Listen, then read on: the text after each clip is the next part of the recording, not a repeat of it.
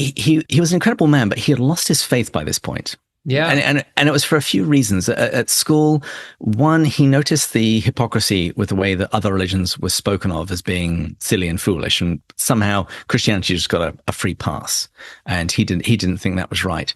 And he'd also experienced an awful lot of suffering, and he basically looked out at the world and said, if this is made by a good God, why is everything all so terrible? And it was only later in his life that he would start to see that the very fact he was asking that question is pointing out that there was a standard that the world was falling short from. We only know that a crooked line because we know what a straight line is, and so he'd eventually come back and be convinced that God was God. And as he said, knelt and prayed, the most reluctant and dejected convert in all of England. And I love what he said in and around that thing about how the world was so cruel, that part of his faith conversion, he said, compared to what?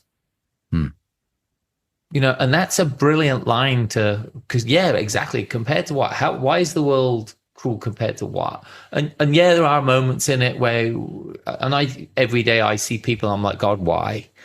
You're an amazing God, but, why do you have this situation like that? But Lewis was one of these people that through his work, and we cover this because I think we're edifying his brilliance, his reverence for scripture, his reverence for wisdom, and his ability to help people elevate their life.